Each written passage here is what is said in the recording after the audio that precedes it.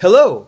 It is the 18th Thursday after Pentecost, and our reading today is out of Matthew chapter 6, verses 1 to 6 and 16 to 18. That bit in the middle, verses 7 to 15, we'll look at tomorrow. That's the Lord's Prayer. But in these passages surrounding the Lord's Prayer, Jesus is talking about giving, he's talking about prayer, and he's talking about fasting. Now, all of these three things have two things in common. First, the Jewish audience that Jesus had would have clearly identified with them because these were considered the great marks of spirituality, of religious practice, of piety.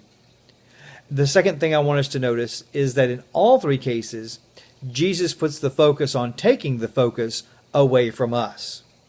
And how often do we see in giving today, and it's not just in giving to the poor, but in giving to any sort of philanthropic cause that we're encouraged to give at a certain level so our name as a donor can be put on some sort of publication or even on the side of the building that we're donating toward.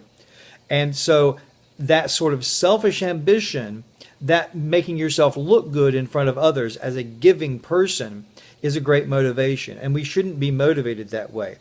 We shouldn't be motivated that way when we give to even smaller ministries or otherwise help the poor. Also, we shouldn't be motivated that way when we talk about fasting.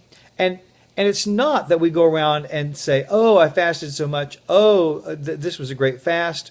No, it's when we drop it in conversation. If we say, oh, when I was fasting, such and such happened, and we just drop it in lightly so it doesn't look like we're boasting, but we really are. And the same way with prayer.